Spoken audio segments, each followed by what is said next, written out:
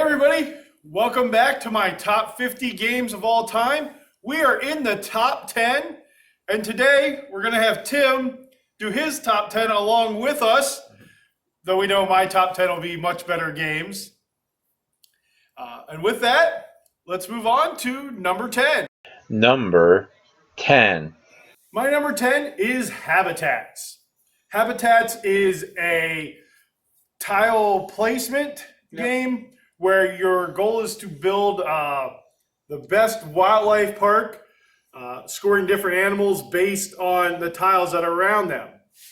So what you do is you use either little glass animals that came in, I believe, the first or second edition, or you can add those, or in the third edition, it's little ranger meeples. Well, yep. So you move that ranger or animal forward to the tile you want, or to the space, and you can take either the tile to the left, to the right, or to the front of you, and you add that tile to your park. If you take to the left or right, you turn your meeple that way, and then that's the way they'd move the next time. So you take that tile, you add it to your wildlife park, and there's different animals on each tile. And then on that tile, as you can see in the picture, there are ecosystems represented: water, grasslands, I believe desert. And to score that animal, you need to have the connecting ecosystems according to that card. Yeah, like that catfish there, you see has 3 little water droplets. So it has to be connected to 3 water spaces to score. Yeah. First time we played this game was a couple years ago at International Tabletop Day. A friend brought it. Had a blast. I love playing it. I'm glad they printed a 3rd edition, because the first time we played it, it was out of print. We weren't able to get it. But 3rd edition came out. We got it. I love this game.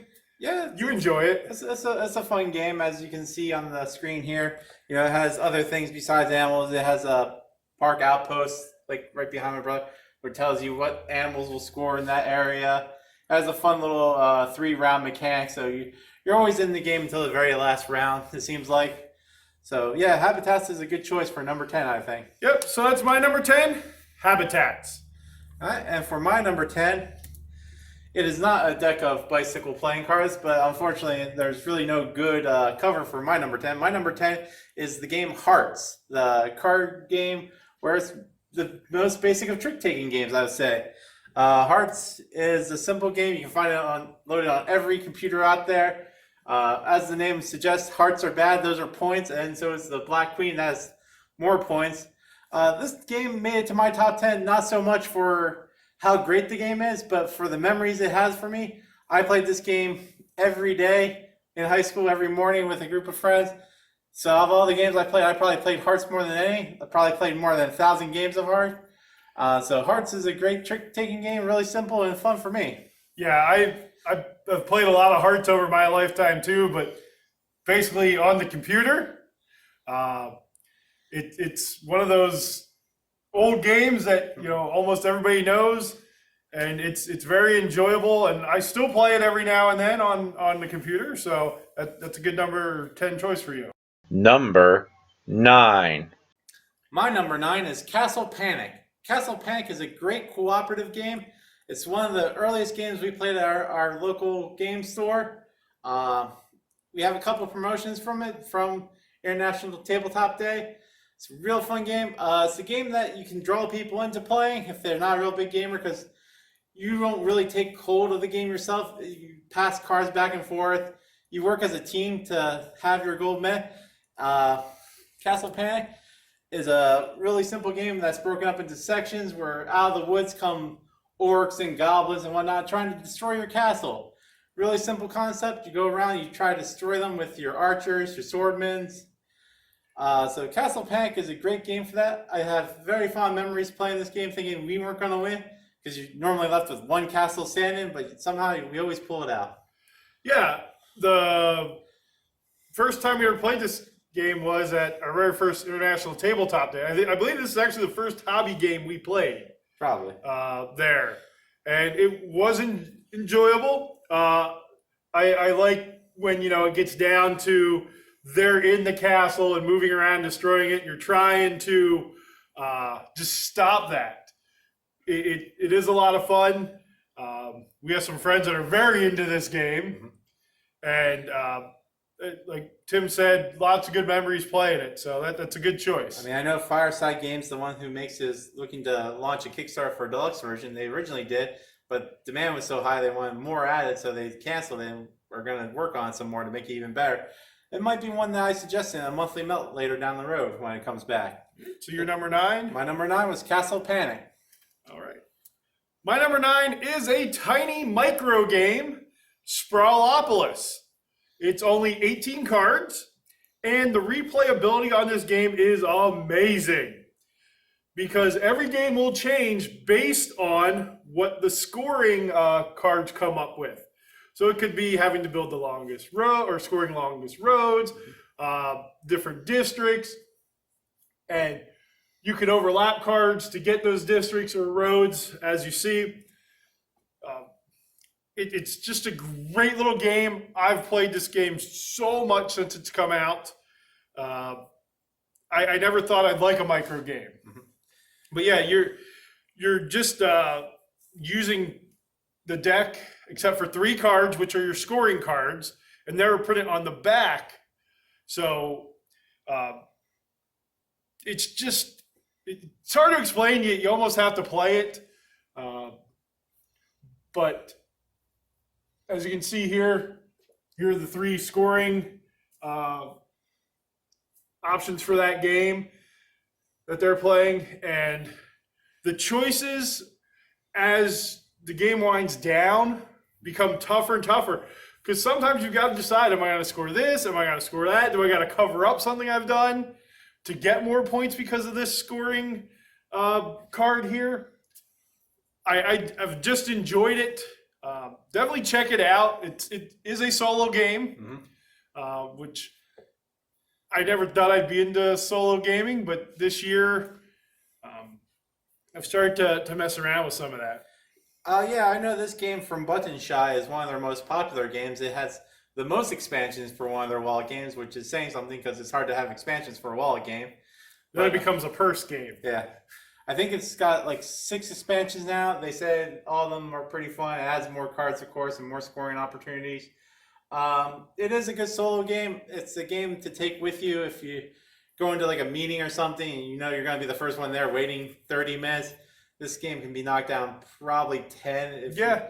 It doesn't take very long to play. So you can sit down and play it multiple times right in a row. Yeah, so it's a good traveling game. Yeah. So that's my number 9, Sprawlopolis. Number 8. My number 8 is The Grizzled. The Grizzled is a cooperative card game where you're trying to empty the pile of threats to get the piece. So you have the different cards here that have bullets on or gas masks. I believe there's whistles. And when you go out on a mission, that's each round is called a mission, you're trying to get rid of all the cards in your hand without playing 3 of the same threat type. So either 3 gas masks or 3 bullets. Also weather. Or weather. Yeah. Whether night, day, or rain. And your characters, you each pick a character. They can give speeches that help with morale. They can get wounded. Yep. And there's cards called Hard Knocks, which can make that round harder because you may not be able to play something. So it is very challenging. So you're trying to play all the cards that are in the threat pile, play all them, plus all the cards in your hand, and get rid of them and have the peace card show up. And that's how you win the game, is once you've played every card and the peace card has showed up. It's very challenging. It is. I don't know if we've ever won. I don't believe we have. And that's just playing 2-player. You add, more players in. There's morale that goes up and down. that makes it more challenging in how many cards you add to the threat pile. It's an awesome game. One of my favorite cooperative games. It's one of at the time, Cool Mini or Not, one of the more successful small box games, Yeah, I would say, for that company. yeah. When we got into the hobby, this is how we knew Cool Mini or Not. Yeah. Was this game here. But we had a lot of fun playing this. I'm always looking for people to play this with. It's hard for me to actually find people that want to play the Grizzle, but that's my number 8, the Grizzle. And my number 8 will show up later on in this list, so we'll wait till it comes up and we'll just see what it is. Number 7. My number 7 is Gloom. Gloom is a great story-driven game where you're playing cards to essentially build a story about your family and the terrible things that happen to them. In this game, you want to be miserable. You want to kill off every member of your family first. That's how you win the game. These cards are one of the first cards I remember taking advantage of the clear cards from Atlas. Atlas, I think, has another clear card game now. But essentially, you play cards on top of your cards to give you negative points and give you certain things you can do, like draw extra cards, play positive things on other people around the table. Like, oh, my dog might have got run over, but I get to play a card on you where you won the lottery, so you've gained more points. So Gloom is a great game of just miserable people telling miserable stories. And I love being miserable, as my brother would tell you. Yeah, and I don't know anything about this game really. I know we have it. I have not played Gloom, so it's on my list of games we own that I need to play. Huh? And that's your Number 7. number 7. My number 7 is The Fox in the Forest. Fox in the Forest is a 2-player trick-taking game where every card actually has a different power to it. And again, like most trick-taking games, you're trying to get a certain number of tricks. I know, like, there's a card that, if you play it, it beats a certain other card just because it's that card.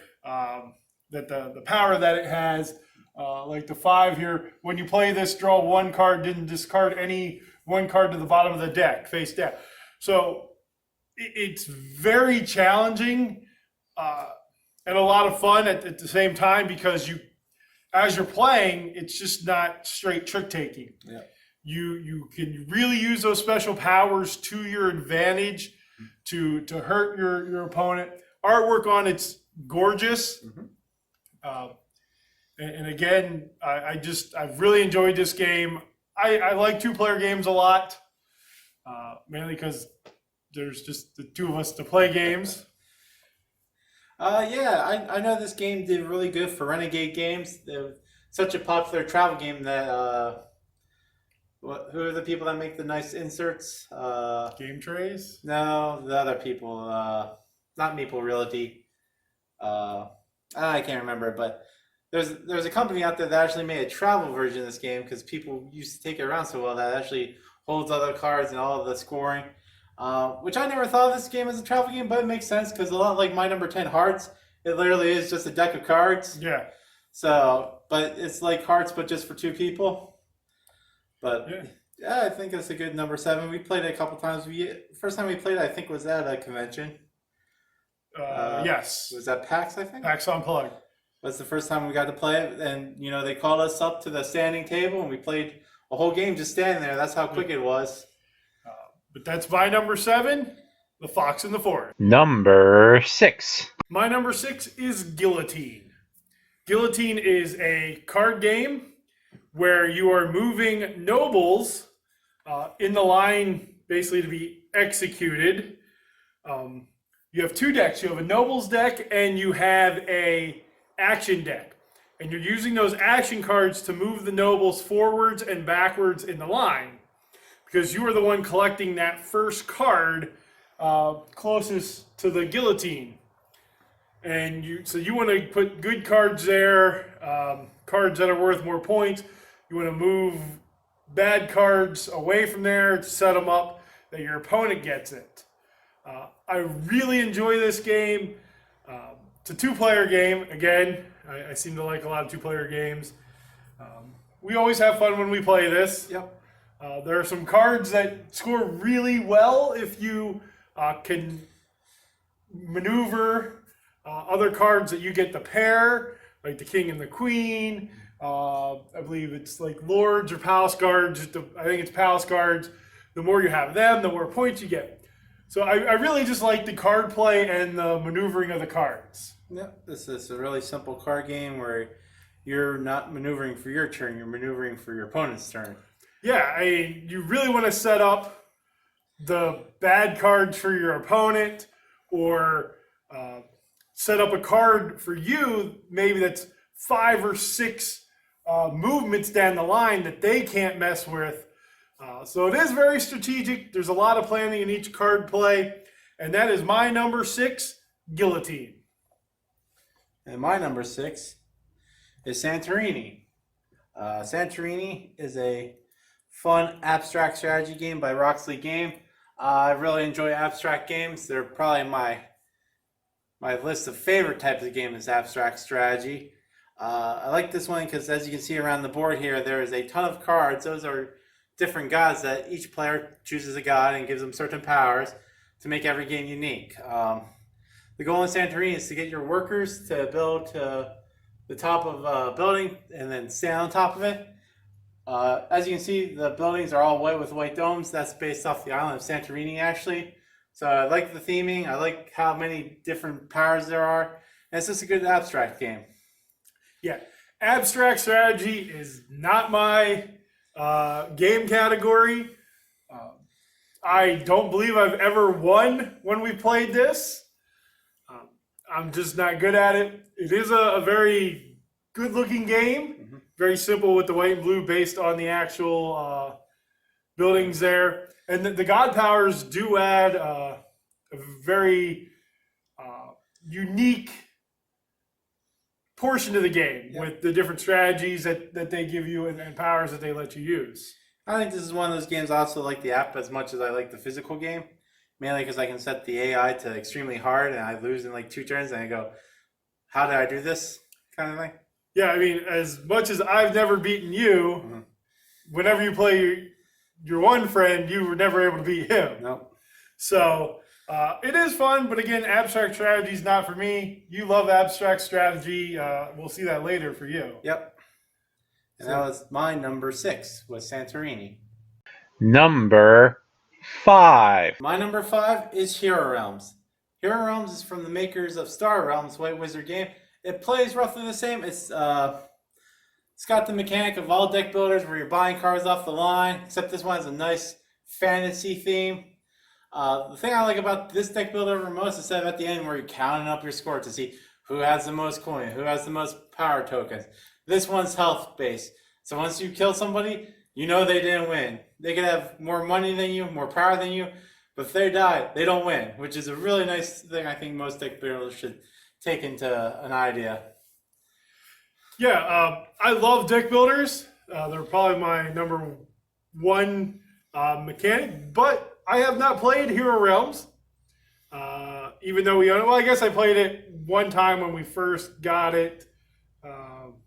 We played it competitively, but there's the campaign mode. Yep. They've added a lot. So this is on my list to get played this year. But I know you really enjoy it, with it being your number 5 game here. But I enjoy Star Realms. I played that a lot, and like you said, this is very similar. And that was my number 5, Hero Realm. My number 5 is the oldest game in our top 10. No, Hearts is older. Oh, that's true. Mine's from like the 1850s. Okay. Well, the oldest, non-card game. I was maybe 1 year old, depending when this came out. It came out in 1980, and I was born in 79. So you were -6. And that's Jackpot Yahtzee. It's a Yahtzee variant where you're using the 4 dice. And there's oranges and cherries and bells and money symbols. So you roll the dice, and if you have 2 of that symbol, you take one of the little tiles that you can see here, and you put it in this little standing board, and you're trying to connect the different things, and it's all by either connecting money symbols or cherries or oranges. That is how you score. So it's not rolling Yahtzees or numbers.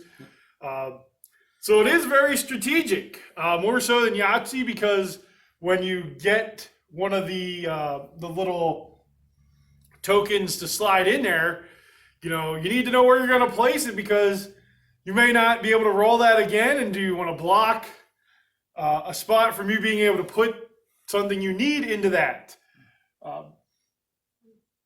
It's just a lot of fun. I was going to say it's strategic, but not really, because it's still very luck based on the dice roll.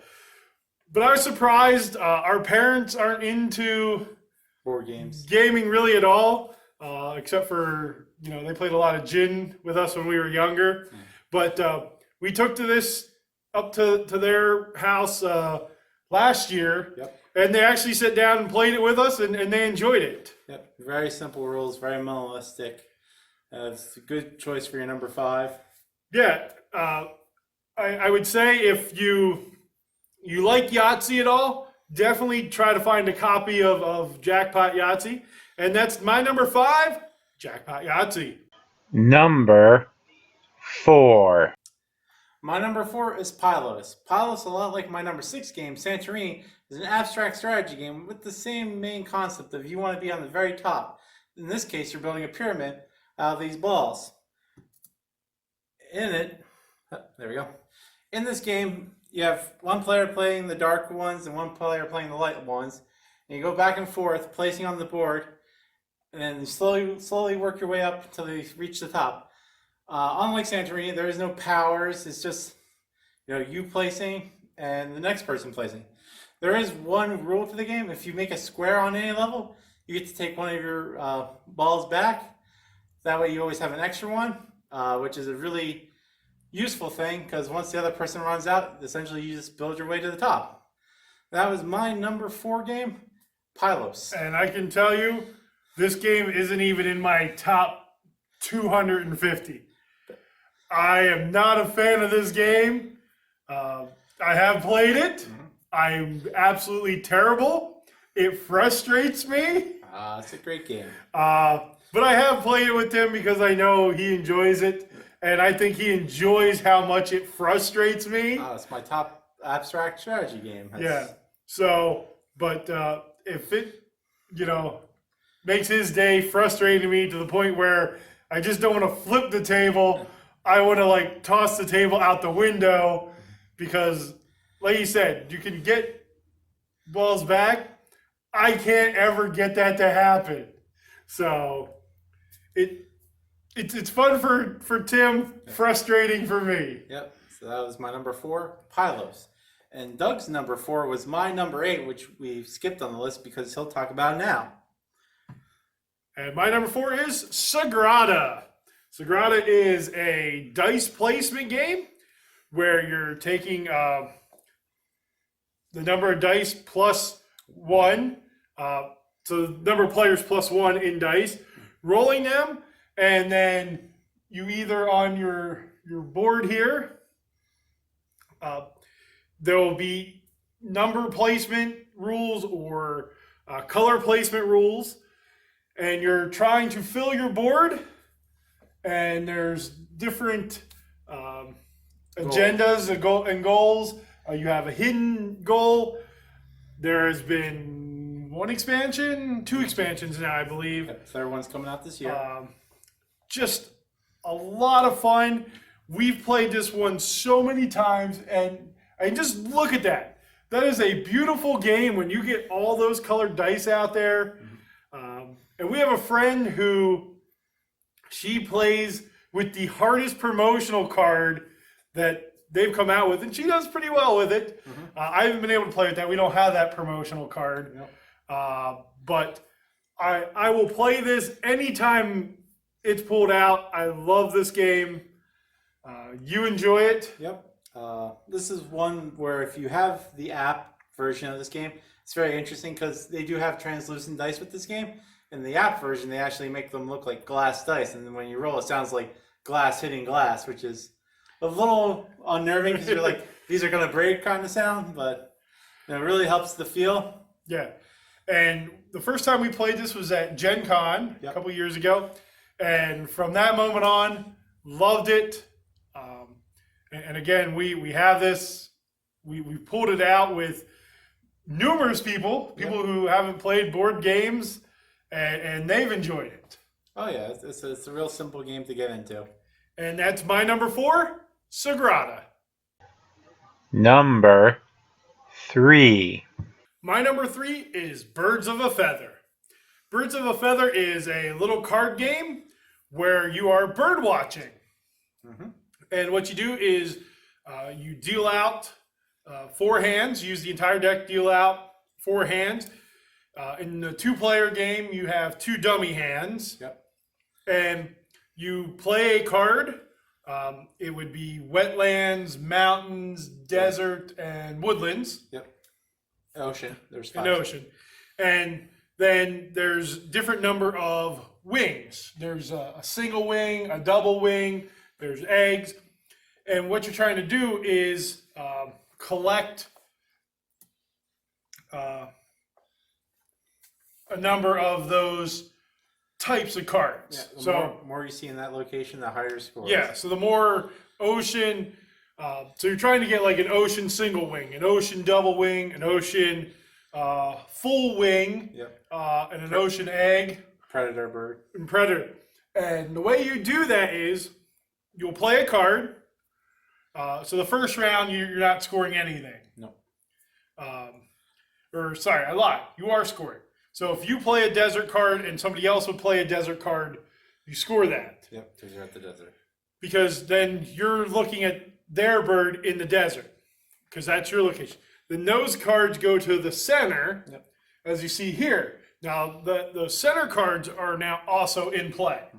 So you may need a woodland, and if you sorry, I drew a. So then, if you play a woodland, you'll see your bird and the other bird in the woodland area. So it's hand management, set collection. This is one of the first games we played in the hobby, and I just fell in love with it. Yeah, I definitely like the mechanic where you're going to locations. So if one round everybody plays desert but you're like, oh, well, next round I know I'm going to play a desert card because I'll get those 3 birds plus my bird. So it is a nice little twist in the mechanics there. And once you get closer to the end of the game, you may not have a card you need to go visit an area of one of the birds you may need. So as the game goes on, scoring gets a little tougher. But I really enjoy this game. It's just a small little card game. Absolutely. So that's my number 3, Birds of a Feather. My number 3 is Parks. Parks is I think my most recent game on my top 10 list, coming out last year, I believe. Well, 2019 at this point. So 2 years ago now. What really drew me to Parks is, of course, the artwork is the thing most people talk about. It's a very beautiful game with 51 different artists, or however many parks there are. Every park is a different artist. But besides the art, it's a fun game to play. You're moving along a path here to collect certain seasons or photos, and you use those seasons to collect parks that you go to. So it's a real adventure game where you're collecting things so you can go visit these parks, which is a fun concept, I feel. Yeah, and we had fun playing this at 2-player. We played it at 3-player. Like you said, gorgeous artwork. And that transfers into the 3 sequel games with the Parks Memories. On artwork alone, this game sells. But the moving down the trail and collecting the photos, which are memories, collecting the resources you need. The game is just a very solid game. And it was in my top 50 earlier on here. And this is a game that has a very unique solo mechanic, where the AI is actually trying not to hurt you, because the AI is park rangers, and their job is to really not get in your way, but they can by accident, by trying to stay out of your way, they might have to go somewhere else, and you're like, I wanted to go there, but the park ranger is dealing with that situation, so I'll go to a different location. But they try as much as they can with this AI not to get in your way, which is really interesting, because most solo player games is, oh, let's see how good you can do. This one's more of a relaxing solo play. So that's my number 3, Parks. Number 2. My number 2 game is Drop Mix. This is by Hasbro. It's a mass market game at one point. I consider this probably my most thinky game I have on here, by far, probably.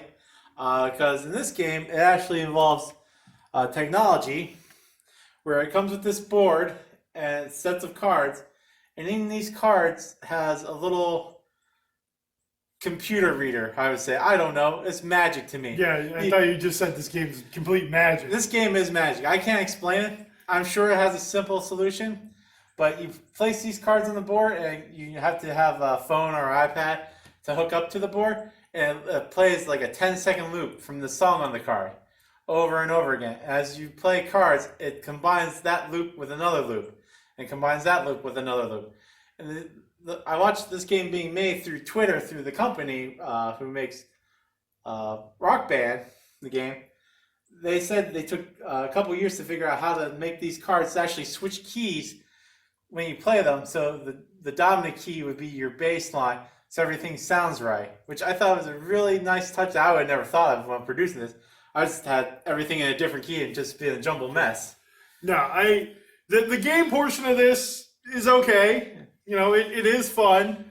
For me, I just love building the songs. Oh, yeah. I mean, to throw "Call Me Maybe" by Carly Rae Jepsen in with the Transformers theme song, or I believe they have "It's Tricky" from Run DMC. You know, to build just crazy, wacky soundtracks is a lot of fun. Yeah, I mean, this game does have they added a solo mode 2 years ago, which is a puzzle feature, which it's not the best solo mode ever, but it's nice because it is a fun game to play solo because you can't always find multiple people to play. It does have just a party mode where you just turn it on, you can just throw down cards. I think that's how most people use it nowadays. Yeah. But it's a fun little game. Not too tough to figure out. It's the first one to 21 points. Yeah. Each card, gives you a point. And if you create a mix that you like, you are able to save that mix. Yep. But like I said, to be able to mix all those different songs and see what it sounds like, I'm hoping that they come out with some more for this. I don't know if it's run its course or not now. Yeah, the company's moved on to different projects. They're coming out with Fuse this year, which is virtual. Well, they're a game company. Yeah. Virtual game company. Yeah. But it's a lot of fun. If you know anybody that has it, give it a shot. Just even to sit down and do the mixing of all the different sounds. Has a lively Discord yet with the people that love this game. So that was my number 2, Drop Mix. And my number 2 is Dice Throne. Dice Throne is a dice chucking game where you have your different characters and you build up that character by rolling your dice. It's very, very Yahtzee-esque, which, I have 2 Yahtzee-esque games in my top 10 here. But I enjoy playing with the gunslinger character, though I always forget one of their main abilities. I do enjoy it. I enjoy building the character. But between season 1 and season 2, there are 11 characters, 12 characters. There's a bunch. 12, yeah, 2 seasons. And the Adventures just came out. Yeah, and Dice Throne Adventures. With every character having different abilities, it's it's fun trying to see how you can match up against them. But with rolling your dice, taking that chance to build up, so you can see on the dice here, the skulls, and so to make that action happen, you have to roll 4 skulls.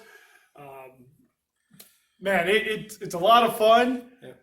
We have a lot of fun playing it. Yep, Combat Yahtzee is what people refer to it as, Yeah. which is what it is. Yeah, it's definitely Combat Yahtzee. This is the second game on our list from Roxley Game. They do a lot of games we like. And this is a fun game. This is a game that unfortunately doesn't have an app version or virtual version to play online. I would love to see that happen, just because, like my brother said, each character does have a bunch of abilities that they can use, and a lot of times you won't remember because each character might have 5 or 6 different little tokens to move around. If you're really focused, it can be fun that way. Yeah. But I think just having a nice app version where it takes care of that for you would be fun. Yeah, like I said, I love using the gunslinger, but man, I forget that reload ability all the time. But to be able to have a gunslinger fight, A samurai. it's just a lot of fun, and it's one that if I can get Tim to play here more often, that would be awesome. But that's my number 2, Dice Throne. And finally, number 1. And my number 1 game from Sterling Games is Everdale. This game I fell in love with the second I got it. Right when it came in the mail, I drove to our game store, never opened the box, ripped it open right there, grabbed 2 people that walked in and said, let's play this game together. Just even before I played it, I knew this was going to be my favorite game. This is a fun game of building a city. Everybody builds their own little city out of these little characters like mices and birds and whatnot. And as you go on, those little characters help you buy more cards or buy more resources. It's a worker placement game, which normally I don't like, but for some reason this one just drew me in, saying, man, you can only do so much, and then you have to stop, and everybody's kind of playing at their own time. It plays over 3 rounds for the season. I mean, they've had 3 expansions now. Played 2 of them, haven't played one of them. Love the expansions. But yeah, Everdale is probably my favorite game I've played ever since it's come out. If somebody says, let's play Everdale, I'll be there. Yeah, I've had fun when we played Everdale. I've only played it a couple times. I do enjoy the tableau city building aspect of it. I need to get better at the buying one character that's going to help me, set off that engine building where I get him and it helps build this and it helps build that. I focus too much on, 1 or 2 things. So I end up using all my worker placements and having to go to the second round or second season, and I don't have enough of that city engine built to help me do more. But beautiful game. Absolutely. Artwork again is gorgeous. The tree in the middle is a big. A lot of people don't like the tree. Yeah. I like the tree. I actually upgraded the tree to a nicer tree. So it is a beautiful game. Beautiful components. Yeah. I'm sure over time this is one that we will upgrade some of the component type things with trays or whatever for the lumber and The resin and yeah. I've seen some things people have done with it, and it's pretty cool. But yeah, you love this game, and like he said, game came in the mail and he was gone. I will say this probably isn't our hardest solo player game. That's probably still Sangrata, but this is probably the second hardest solo player game on our list because you face an AI rat and the Rat King, and like a rat, he takes away spots you can go to. He takes away resources you get, and you don't get those back for the game. You can't get this resource, and that takes away half the cards you can get. So it's a very tough solo player game, but it makes it fun. Yeah, Everdale is a great game. And hopefully we can get to the table some more. Yep. So that was my number 1 game, Everdale. And finally, my number 1 game of all time, Baseball Highlights 2045. This is a deck builder where you start with a team of mostly veterans, rookies. They're not very good. And then you'll play four, I believe it's four games. Games are 6 innings because you have the 6 cards. And after each game, you can then use those cards to buy upgraded cards. Cyborgs, robots, naturals. And what that does is it gives you a better chance of getting singles, doubles, triples, home runs, because each card has that on it. So when you play a card, it sets you up for doing 1 and 3 hits. Your opponent plays a card that will try to stop some of those hits. Like here, glove gives you cancel 1 hit. So if I'd have 3 different hits on that, it cancels 1 of those hits. If he plays a card that doesn't cancel any of those, I get all 3 of those. So you're just playing cards back and forth, trying to stop the card your opponent just played. And it just works so well with the upgrades and the expansions. Yeah. The expansions being managers, there's upgraded errors, mega gloves, which cancel more hits. The ballpark expansion to it, I think is awesome because what that does is it changes the game when you're the home team versus your opponent. Their ballpark changes the game when they're at home. So you play a regular season sort of, where then you can buy upgraded cards, and then you play a 7-game World Series. And again, you're just upgrading your team, trying to get better and better. I love it. I can't say enough about this. Unfortunately for me, it's hard to find people that want to play it because Tim's not a fan of it. Nope. And doesn't really enjoy playing it. It is better than Bottom of the Ninth. I will say that, but I do enjoy Bottom of the Ninth, though. I like that as a solo game better. But man, Baseball Highlights 2045, excellent game. And I will play this every day of the week if I can find somebody to play it. Yep. That's your number 1. So that is my number 1. And thank you so much for joining me along the way of my top 50, and for Tim coming on here for his top 10. Yep. Maybe we can get him next year to do a 50. Nope. Or maybe we'll do a top 100. I told you, for 2021, I'm doing my top 2021 games. There we go, even though you haven't played that many. Starting the list next week. But again, I can't thank you enough for watching this. Please leave comments what you think of our top 10. Yep. Let us know that my top 10 is better than Tim's top 10. Yep. Subscribe to the channel. That does help. And just thank you. Like Tim said, please like, please subscribe. Have a great day.